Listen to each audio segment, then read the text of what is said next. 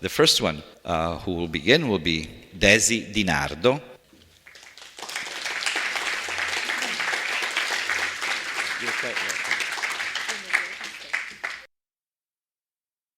Rainbird in the Annex.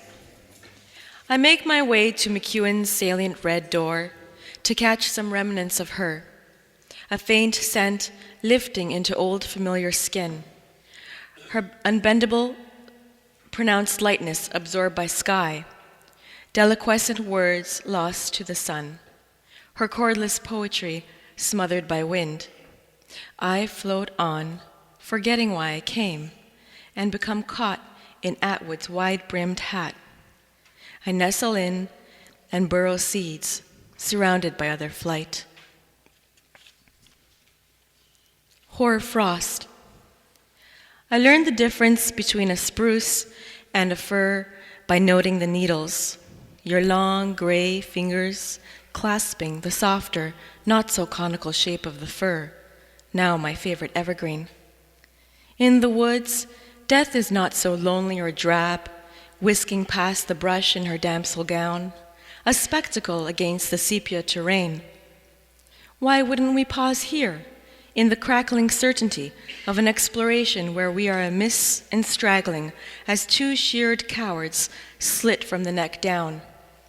We should depend on the tattling juncos for our own incongruities, for the weeping birch on your shoulder that grows forceps and claims the sparkle of each solitary crystal of cooling.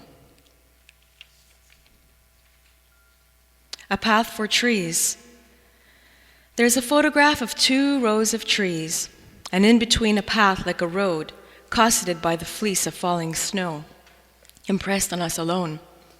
I wonder how we can say with certainty the trees were planted in this fashion, or why we choose to imagine a footpath carved for us alone. When at the end of the open living space, our eyes are deceived by shadiness under rows and rows of further pines fixed for us alone. Nothing is said of our trodden thoughts. Expect nothing on the far-off walk, except for the long and lone way out, for us and us alone. Inner landscapes. You have tried to disappear by placing the images, the expressions in such a way to deter guests from looking.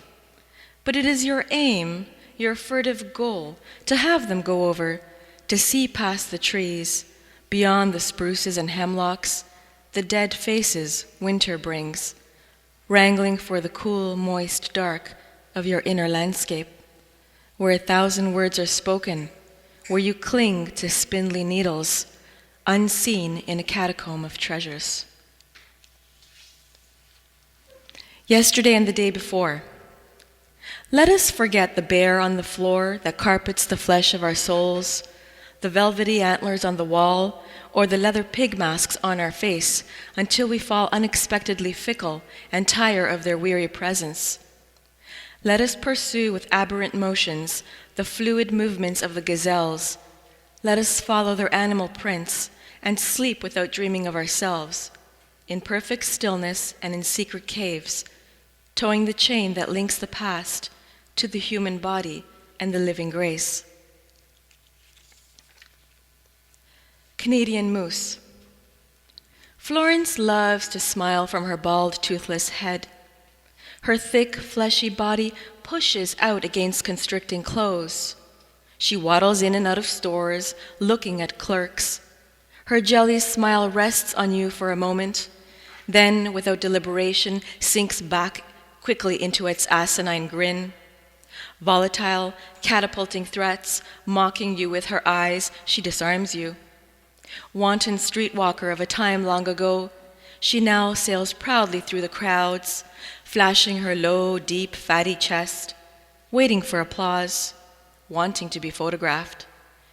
She is the moose you see strewn along Bloor Street, emblem of our city. She stands erect, taunting, parading her flag, claiming the streets, laughing at the silliness of it all.